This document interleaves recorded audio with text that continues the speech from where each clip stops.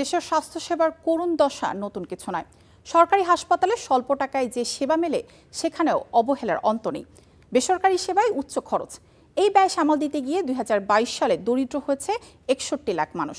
আসছে বাজেটে স্বাস্থ্য খাতে অগ্রাধিকার বাড়াতে চায় সরকার। তবে শুধু ব্যয় বৃদ্ধি নয়, সঠিক বাস্তবায়নের উপর গুরুত্ব দিয়েছেন বিশেষজ্ঞরা। বিস্তারিত মাহবুল ইসলামের প্রতিবেদনে। ক্যান্সার 2.5 বছর ধরে কুরে কুরে খাচ্ছে 48 বছর বয়সী শহীদ আলীকে। ভিটেমাটি বিক্রি করে এসেছেন জাতীয় ক্যান্সার গবেষণা ইনস্টিটিউট ও হাসপাতালে। বেড তো দূরের কথা, মেলেনি মেঝেও। ভোর থেকে দুপুর গড়িয়ে বিকেল, স্বজনরা ছুটছেন এক কক্ষ থেকে অন্য কক্ষে, আর সিঁড়ির রেলিং হয়েছে রোগীর ভরসার কাঁধ। এই অবস্থা বিচার না আছে, আমি সিঁড়িতে বসতে পারতেছি। রোগী এখানে সিঁড়িতে বসাই রাখছি, আসার পরে ওই সিকিউরিটি গার্ড বলে আপনার সিঁড়ি ছাড়েন বলবে যে এইটা করতে হবে বা বাড়ি চলে যান, সেটাও বলে না।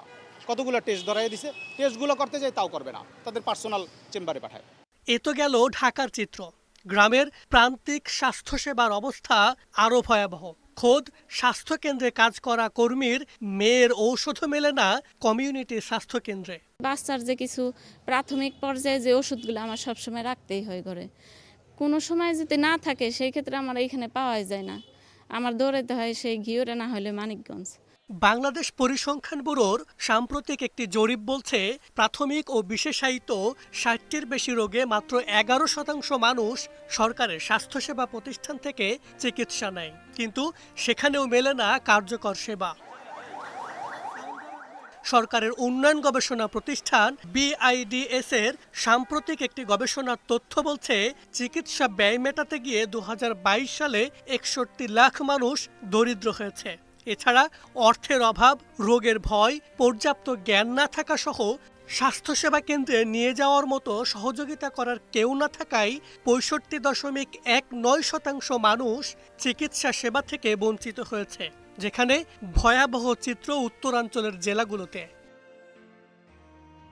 এমন বাস্তবতায় 2026-27 অর্থ বছরে 35,000 কোটি টাকার উন্নয়ন বাজেট বরাদ্দ রাখা হচ্ছে স্বাস্থ্য খাতে। আর মোট বাজেটে স্বাস্থ্যে অন্তত 5% বরাদ্দ রাখার আশ্বাস সরকারের। তবে বিশেষজ্ঞরা বলছেন, শুধু বাজেটের লক্ষ্যমাত্রা নির্ধারণ করলেই হবে না, সে অর্থের কার্যকর ব্যবহারও নিশ্চিত করতে হবে। অন্যথায় সাধারণ মানুষের দুর্ভোগ কমবে না। বছর শেষে একটা রিভাইজ বাজেট করে, রিভাইজ বাজেটে কিন্তু দেখা যায় শুরুতে যেটা ছিল 30-35 হাজার, ওটা কিন্তু 30-40% কমে যায়। তো আলটিমেটলি ফিল্ডে কিন্তু সেই অ্যামাউন্টটা যাচ্ছে না। সেই জায়গাটা হলো গুরুত্বপূর্ণ দেখা, যে আমরা কি জাস্ট অ্যামাউন্টটা বাড়িয়ে দিয়েই বোঝানোর চেষ্টা করছি যে আমরা স্বাস্থ্য খাতে কিছু করব, নাকি আসলে কিছু নতুন উদ্যোগ নিব।